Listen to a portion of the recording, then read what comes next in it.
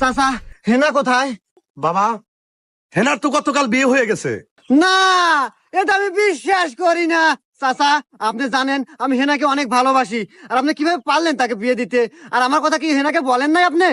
আহা বাবা, বোঝো না কিসে রে? আমি তো হেনাকে বলছি, হেনাও তোমাকে ভালোবাসে, কিন্তু তুমি বলে আমার মেয়েকে একটা মেকআপ বক্স কিনে দিতে পারো না। এইভাবে অপমান চাচা, এটা আমি মানতে পারছি না। আপনি কার সাথে বিয়ে দিয়েছেন সেই জামাইয়ের নাম্বারটা আমাকে দেন, আমিও চিঙ্কু মাস্তান এটা আমি দেখে ছাড়বো, আমি হেনাকে ছিনিয়ে নিয়ে আসবো। আহা বাবা, বোঝো না কিসে রে? এও কথা আমি আমার মেয়েরে বলছিলাম যে সিংকু মাস্টারের সাথে যদি ঝামেলা করস, পরিবর্তে একটা ঝামেলা হবো। ওর স্বামী কি বলছে জানো? কি বলছে?